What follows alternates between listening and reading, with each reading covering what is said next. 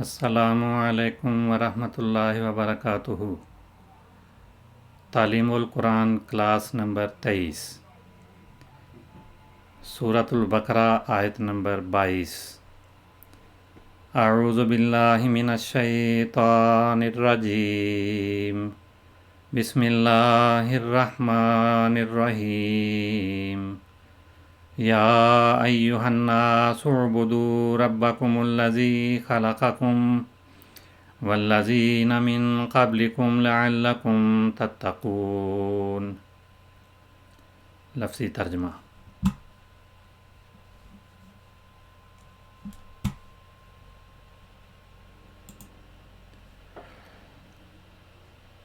یا ایہا، اے، الناس لوگو، اے لوگو، اعبدو تم عبادت کرو، ربکم اپنے رب کی، الذی جس نے، خلقا پیدا کیا، کم تمہیں، الذی خلقکم جس نے تمہیں پیدا کیا، والذین من قبلکم اور ان لوگوں کو بھی جو تم سے پہلے تھے، لعلکم تتقون تاکہ تم تقوی اختیار کرو۔ اے لوگو، تم عبادت کرو اپنے رب کی، تم اپنے رب کی عبادت کرو جس نے تمہیں پیدا کیا اور ان کو بھی جو تم سے پہلے تھے تاکہ تم تقوی اختیار کرو۔ ایہا، یہ حرف ندا ہے، یہ دو الفاظ یا دو کلمات کا مرکب ہے، ان میں سے ایک ایو ہے، دوسرا ہا ہے، ان دونوں کا یہ مرکب ہے، اور اس کے بعد جو منادا یعنی جس کو پکارا جاتا ہے وہ الف لام کے ساتھ معرفہ بن کر آتا ہے، اور یہ ندا کے لیے صلہ کے طور پہ استعمال ہوتا ہے۔ مؤنث کے لیے آتا ہے ایتھا، مذکر کے لیے ایھا، مؤنث کے لیے ایتھا، اور ہا جو ہے ایھا اور ایتھا میں ہا تنبیہ کے لیے، متنبہ کرنے کے لیے یا متوجہ کرنے کے لیے ہوتا ہے۔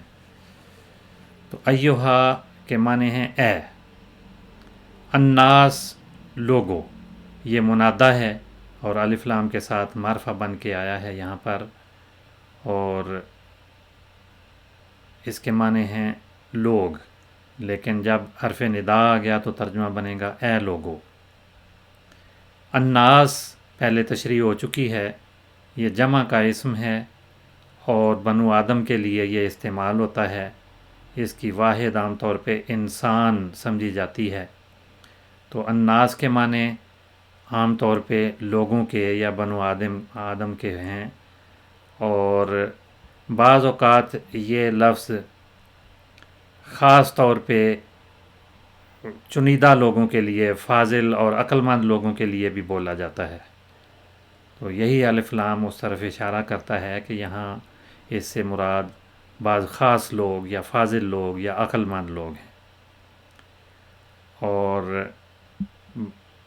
بعض اوقات مثالی انسان کے لیے بھی انسان کا لفظ یا الناس کا لفظ بولا جاتا ہے، تو الناس کے معنی بنو آدم یا فاضل اور عقل مند لوگ، اور انسان اس کی واحد سمجھی جاتی ہے جس کی جمع اناسی بھی آتی ہے، اور اس میں بعض تبدیلیاں ہو کے الناس کا لفظ بنا ہے۔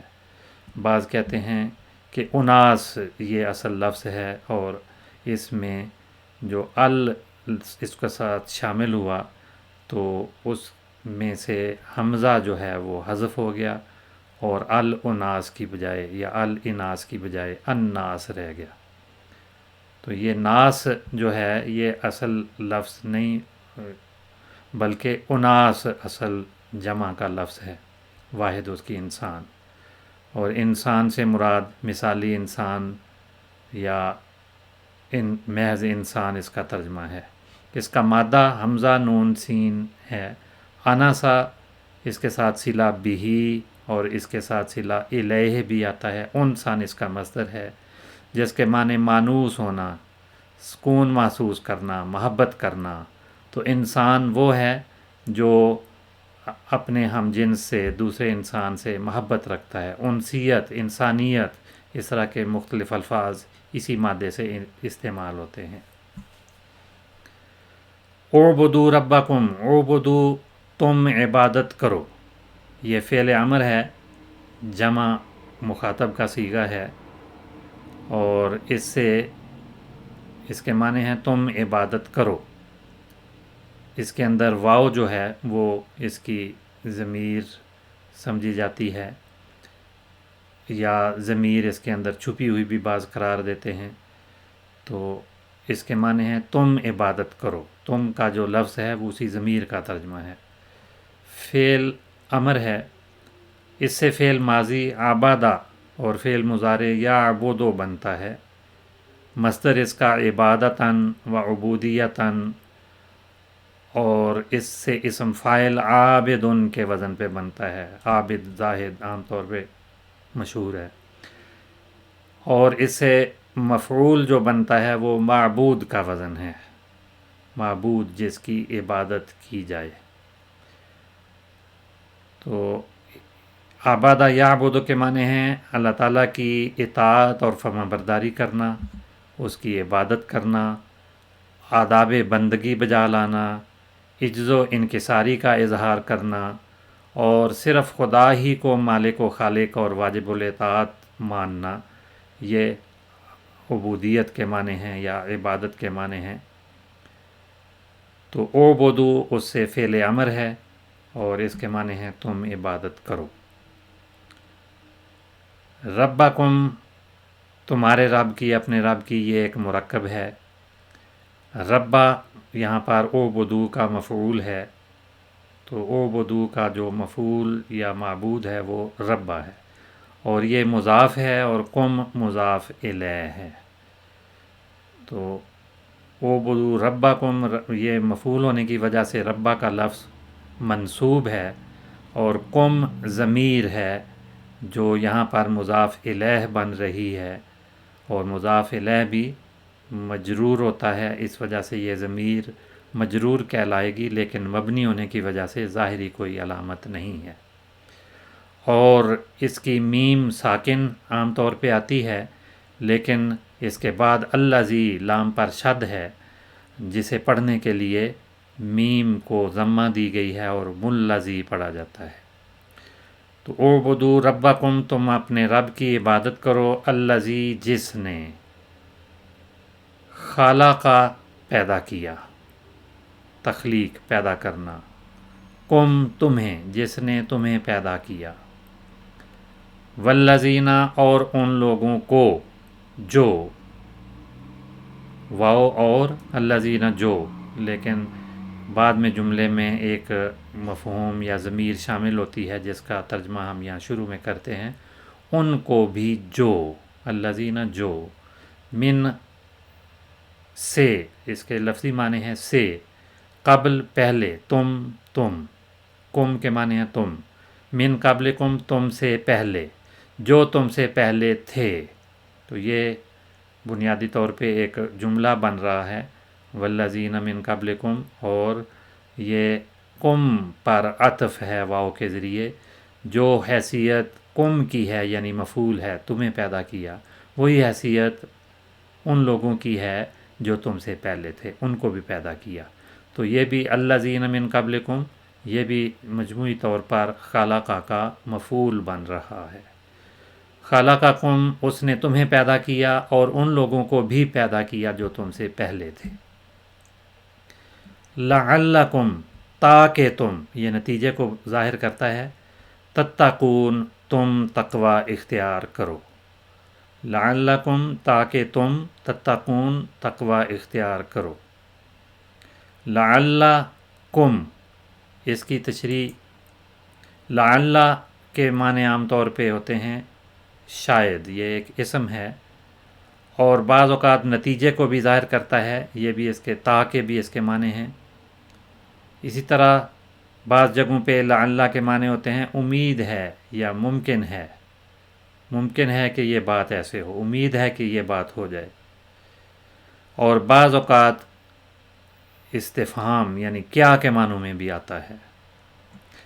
اور لعل جو ہے یہ حرف مشبہ بالفعل کے طور پہ استعمال ہوتا ہے، اس طرح سے بھی استعمال ہوتا ہے، اور اس صورت میں یہ کلام کے ابتدا میں آتا ہے، اور اس کے معنی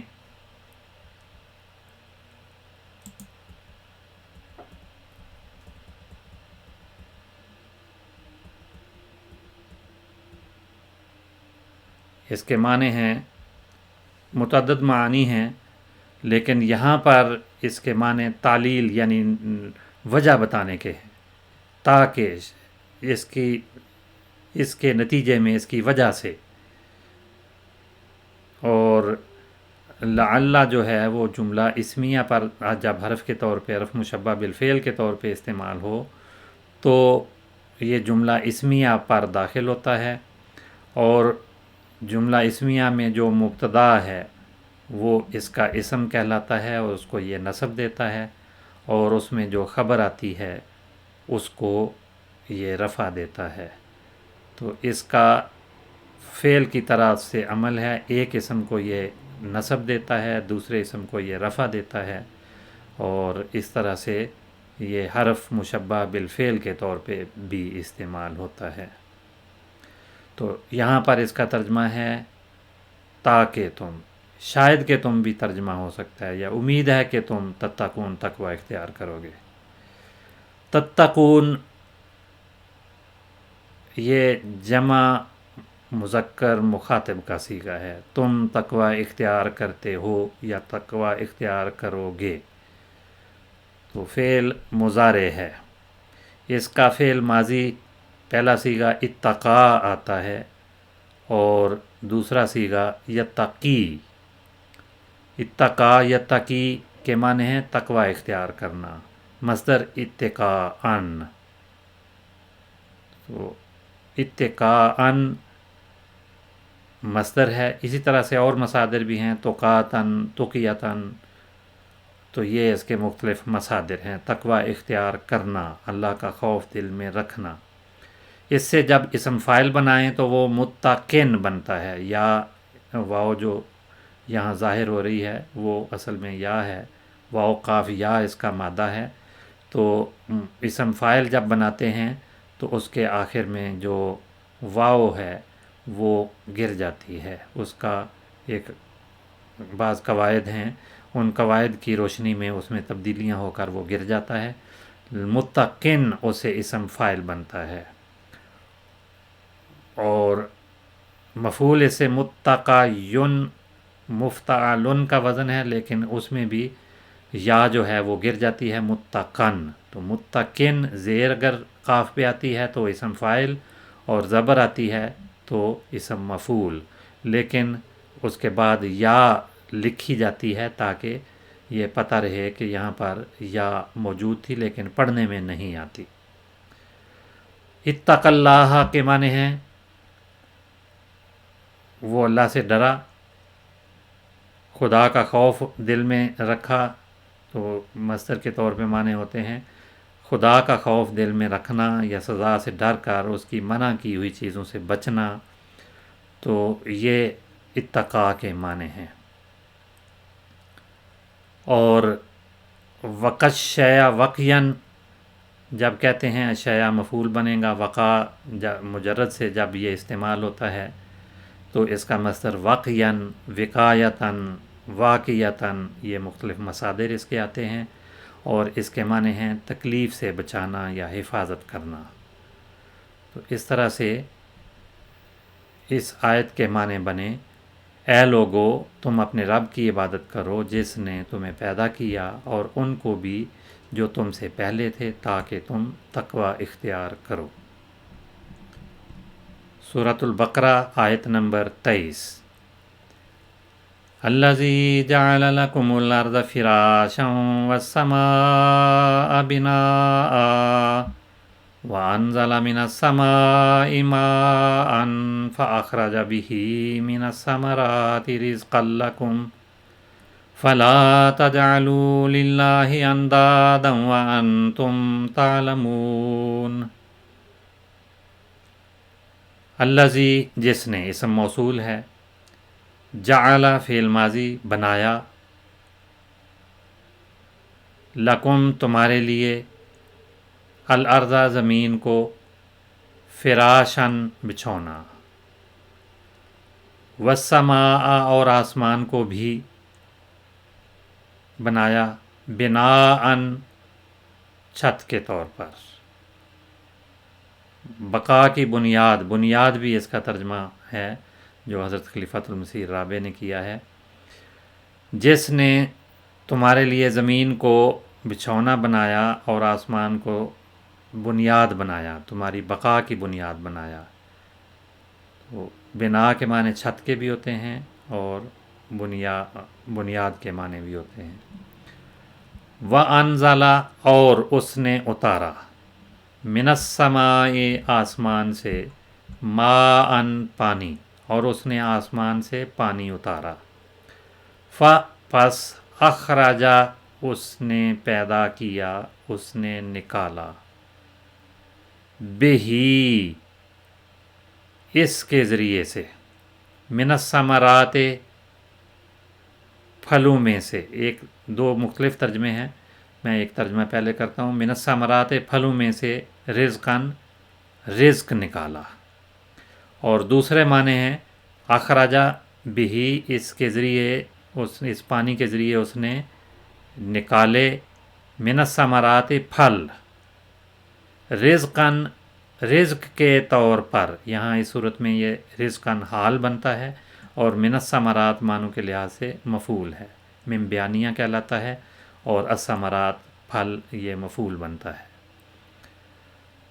لکم تمہارے لیے، اور اس کے ذریعے ہر طرح کے پھل تمہارے لیے بطور رزق اس نے نکالے۔ فلا تجعلوا، پس حرف عاطف، لا تجعلوا تم نہ بناؤ، جعل شروع میں آیا تھا، وہ فعل ماضی تھا اور اسی سے یہ فعل نہیں آ گیا، جمع مخاطب کا صیغہ ہے، تم نہ بناؤ، فلا تجعلوا پس تم نہ بناؤ، للہ اللہ کے لیے، یہ جار اور مجرور، لام جار، اللہ مجرور، اندادن مفعول ہے، شریک، تم شریک نہ بناؤ، ند ان کی جمع ہے، اس کی تفصیل بعد میں۔ وَأَنْتُمْ تَعْلَمُونَ، واو یہ جو ہے ویسے تو حروف عاطفہ میں سے ہے، لیکن بعض اوقات ایک جملے کے شروع میں آ کر یہ حالیہ معنی پیدا کرتا ہے، جو جملہ ہے اس کو حال بناتا ہے۔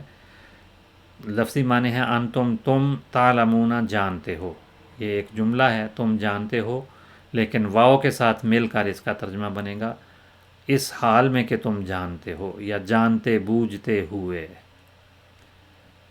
دوبارہ ترجمہ، الذی جس نے، یہ موصولہ ہے، پچھلی آیت میں اللہ کا ذکر تھا، اس کی عبادت کرو، اس کے لیے یہ الذی اسم موصول آیا ہے، جس نے، جعل لکم الارض فراشا والسماء بناء، زمین کو تمہارے لیے بچھونا اور آسمان کو تمہاری بقا کی بنیاد بنایا، اور انزل من السماء ماء آسمان سے پانی اتارا، فاخرج بہ پھر اس کے ذریعے اس نے پیدا کیے یا نکالے، من الثمرات پھل، رزق کے طور پر، لکم تمہارے لیے، اور اس کے ذریعے ہر طرح کے پھل تمہارے لیے بطور رزق نکالے۔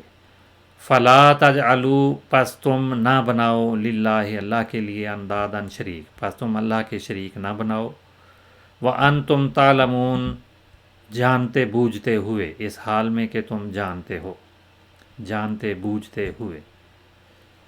اب کچھ الفاظ کی تشریح، اس آیت میں پہلے جملے میں آیا ہے الذی جعل لکم الارض فراشا، بچھونا ہم نے اس کا ترجمہ کیا ہے۔ فراش کی لغت ہم دیکھیں تو اس میں ہے کہ گھر کے بچھانے کے کپڑے وغیرہ یعنی بستر وغیرہ، جو بھی چیزیں جن کو بچھایا ہوا ہو وہ فراش کہلاتے ہیں۔ فرنیچر بھی اس میں شامل ہے، گدا، بچھونا، ساری چیزیں اس میں شامل ہیں۔ فرش بھی فراش کے معنی ہوتے ہیں، اور دری اور قالین وغیرہ وہ بھی اس کے معنوں میں شامل ہے۔ تو جو بھی چیز بچھائی جائے، بچھی ہوئی چیز، بچھائی جانے والی چیز، وہ فراش کہلاتی ہے۔ قرآن کریم میں فراش فے کی زبر کے ساتھ بھی ایک لفظ اسی مادے سے آیا ہے، لیکن اس کے معنی مختلف ہیں۔ یہاں پر فراش فے کی زیر کے ساتھ ہے، جس کے معنی بچھونے کے ہیں۔ اور بعض اوقات گھر کے معنی بھی اس کے ہوتے ہیں، پرندے وغیرہ کا گھونسلہ جہاں وہ ٹھہرتا ہے وہ بھی فراش کہلاتا ہے۔ فراش کی جمع فرش اور افرشہ، دو جمع بالعموم آتی ہیں۔ اس کا مادہ فیرشین ہے، جس سے فعل ماضی فارشا اور فعل مضارع یا فروشو بنتا ہے، اور یا فریشو بھی اس کا فعل مضارع آتا ہے، یعنی اب مختلف ابواب میں یہ آتا ہے۔ فرشن اس کا مصدر ہے، اور فراشن بھی مصدر ہے، اور یہی مصدر جو ہے وہ اسم کے طور پہ فراش کے طور پہ بھی استعمال ہوا ہے یہاں پر۔ تو فراش اگر مصدر کے طور پہ ہے تو اس کے معنی ہے زمین پر پھیل جانا یا زمین پر بچھ جانا، اور کسی کے اکرام اور ضیافت کے لیے بچھونا وغیرہ بچھانا، یہ بھی اسی مادے میں معنی ہیں، فراش کے معنی ہیں۔ دوسرا لفظ اس میں آیا ہے بناءً، جس کے معنی بنیاد کے ہم نے کی ہے، چھت کے بھی اس کے معنی بنتے ہیں۔ بناءً، البناء المبنیوں کے معنوں میں ہے، اسم مفعول المبنی ہے، یعنی جو بھی چیز بنائی گئی ہے، عمارت تعمیر کی گئی ہے، بنیاد رکھی گئی ہے۔ اور بنا کی جمع ابنیتن آتی ہے، اور بنا کے معنی عمارت کے ہیں، اور بنیاد رکھنے کے، عمارت بنانے، چھت بنانے کے بھی ہیں جب مصدر کے طور پہ آئے۔ اس سے فعل بنا فعل ماضی ہے، یبنی فعل مضارع ہے، بناءً مصدر، بنیاناً بھی اس کا مصدر آتا ہے، بنایتاً بھی اس کا مصدر آتا ہے۔ تو مختلف مصادر آتے ہیں، عام طور پہ بنا کا لفظ بولا جاتا ہے، بنیان کا لفظ بھی قرآن مجید میں آیا ہے۔ تو بناءً چھت کے اسم کے طور پہ یہاں آیت میں استعمال ہوا ہے، چھت یا بنیاد، دونوں معنی یہاں درست ہیں۔ رزق لکم، رزق یہاں رزق کے طور پہ اردو میں بھی استعمال ہوا ہے۔ رزق اس کا فعل ماضی رزق آتا ہے، رزقنا قرآن مجید میں آیا، پہلے ہم پڑھ چکے ہیں۔ یرزق فعل مضارع آتا ہے، رزقن و رزقن دو مصادر اس کے عام طور پہ استعمال ہوتے ہیں، اور اس کو مصدر کے طور پہ جب لیں تو اس کے معنی ہیں روزی دینا، رزق بہم پہنچانا، خوراک پہنچانا، یہ مختلف معانی ہیں۔ اور رزق اسم کے طور پہ آئے تو اس کے معنی روزی یا رزق، اسی طرح روزینہ یا راشن وغیرہ، اور خیر و بھلائی کے لیے بھی یہ لفظ بولا جاتا ہے۔ جو بھی انسان چیزیں کھاتا ہے، معقولات اور ملبوسات، جو کچھ پہنتا ہے، ان میں سے ہر ایک جس سے انسان کوئی نفع فائدہ حاصل کرتا ہے وہ چیز رزق کہلاتی ہے۔ اور اللہ تعالیٰ کا جو انعام ایک بارش ہے وہ بھی رزق کہلاتا ہے، کیونکہ اس سے رزق پیدا ہوتا ہے، تو بارش کو بھی رزق کہا جاتا ہے۔ اور کوئی عطیہ یا بخشش وغیرہ جو عنایت ہو اس کو بھی رزق کہا جاتا ہے۔ اور کسی کی تنخواہ یا اسے جو ماہانہ مشاہرہ ملتا ہے، وظیفہ وغیرہ ملتا ہے، اسے بھی رزق کہا جاتا ہے۔ تو یہ مختلف معنی عربی زبان میں اس کے آتے ہیں۔ اندادن، لا تجعلوا للہ اندادن، تم اللہ کے شریک نہ بناؤ۔ تو شریک ترجمہ ہم نے کیا ہے۔ انداد جمع کا لفظ ہے جس کی مفرد ندن ہے، تو الندو الف لام اس کے ساتھ اگر ملا دیا تو اس کے معنی بنیں گے مثال یا نظیر، مثل و نظیر، تو کوئی مثل کسی کی اس کو ند کہا جاتا ہے، یا نظیر یعنی اس جیسا اس کے لیے ند کا لفظ بولا جاتا ہے. ہم پلہ بھی، ہم رتبی شخصیت یا وجود کے لیے بھی، اور ہم سر برابری کرنے والا، وہ بھی اس کا ترجمہ ہے. اور جمع ند ان کی انداد آتی ہے جو یہاں لفظ استعمال ہوا ہے.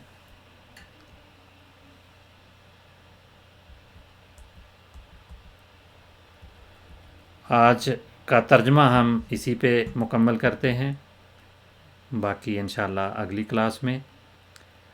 اب ہم صرف نحو کی کچھ باتیں سیکھ لیتے ہیں. گزشتہ سبق میں ہم نے معرفہ اور نکرہ کی پہچان کی تھی. آج ہم مذکر اور مؤنث کی پہچان سیکھتے ہیں. عربی زبان میں جو بھی کلمات استعمال ہوتے ہیں، اسماء جو استعمال ہوتے ہیں، وہ مذکر ہوں گے یا مؤنث ہوں گے. اور مذکر اور مؤنث کس کو کہتے ہیں یا کس طرح سے ان کی پہچان ہوتی ہے؟ تو جس اسم میں تانیث کی کوئی علامت نہ ہو وہ مؤنث، وہ مذکر کہلائے گا. مؤنث کی علامت نہ ہو تو مذکر ہوگا. جیسے غلام، اس میں کوئی مؤنث کی علامت نہیں ہے. اور جس اسم میں تانیث کی کوئی علامت آ جائے اسے مؤنث کہا جاتا ہے. جیسے امرأۃ میں گول تا، یہ مؤنث کی علامت ہے. ظلمۃ، یہ بھی مؤنث کی علامت ہے. بعض جگہوں پہ یہی تا آتی ہے لیکن وہ صیغہ مؤنث کا نہیں ہوتا، وہ زائدہ کہلاتا ہے، اور اس کا اطلاق مذکر اور مؤنث دونوں پہ عام طور پہ ہوتا ہے. تانیث کی بالعموم 3 علامتیں ہیں جو ہم کسی اسم میں دیکھتے ہیں. ایک تو گول تا، یہ مؤنث کی علامت ہے. بقرٌ، یہ مذکر ہوگا، بقرۃٌ مؤنث کا صیغہ ہے. لیکن بعض اوقات جنس کے طور پہ جب استعمال ہو تو مذکر مؤنث دونوں شامل ہو جاتے ہیں. تو بقرۃ گائے عام طور پہ ترجمہ کیا جاتا ہے، لیکن جب جنس کے طور پہ ہو تو گائے یا بیل دونوں اس میں شامل ہیں. اور ایک اور علامت اسم میں الف مکسورہ کہلاتی ہے. الف مکسورہ وہ چھوٹی الف ہے جس کے بعد بالعموم یا بھی لکھی ہوتی ہے، اور کھڑی زبر کی صورت میں اس کو لکھا جاتا ہے اور الف کی صورت میں پڑھا جاتا ہے. تو اسے الف مکسورہ کہا جاتا ہے. بشرا، یہ چھوٹا الف ہے، اس کو زیادہ لمبا کر کے نہیں پڑھا جاتا، ایک الف کے برابر اس کو لمبا کیا جاتا ہے. بشرا. اور جب کسی اسم کے آخر میں الف کے بعد حمزہ آ جائے اسی اسم کے اندر، تو وہ الف ممدودہ لمبا الف کہلاتا ہے، اس کو لمبا کر کے پڑھا جاتا ہے. تو الف ممدودہ جس اسم کے آخر میں آ جائے وہ بھی مؤنث کا صیغہ ہے. تو صفراء، زرد، یہ رنگ کے لیے بولا گیا ہے، اور اس کے آخر میں یہ الف، یہ آخری حرف حمزہ نہیں کہلاتا، الف کہلاتا ہے. تو حمزہ صرف اس کو لمبا کرنے کے لیے یہ اس میں شامل ہے، زائد ایک حرف ہے. تو صفراء یہ مؤنث کا صیغہ ہے. یہ وضاحت تھوڑی سی ہے کہ اسم کے آخر میں جس الف کے بعد حمزہ نہ ہو اسے الف مکسورہ، اور جس الف کے بعد حمزہ ہو اسے الف ممدودہ کہتے ہیں. تو صغرا، اس میں الف مکسورہ آیا ہے. حمراء، سرخ اس کے معنی ہیں، اس میں الف ممدودہ آیا ہے. تو یہ اس کی پہچان ہے. تو 3 علامتیں، 3 جو حروف ہیں وہ 3 علامتیں جو ہیں وہ تانیث کی ہیں، اور اگر یہ علامتیں نہ ہوں تو وہ اسم بالعموم اسم مؤنث ہوتا ہے. 3 علامتیں جس میں آ جائیں وہ مؤنث، اور جس میں علامتیں نہ ہوں وہ مذکر کا صیغہ ہے. مؤنث کی بہت ساری آگے پھر قسمیں چلتی ہیں، لیکن آج کا وقت ختم ہو رہا ہے، وہ انشاءاللہ تفصیل ہم اگلی کلاس میں سیکھیں گے۔ اب ہم اسی پہ اکتفا کرتے ہیں، آج کی کلاس کا خاتمہ ہوتا ہے۔ السلام علیکم ورحمۃ اللہ وبرکاتہ۔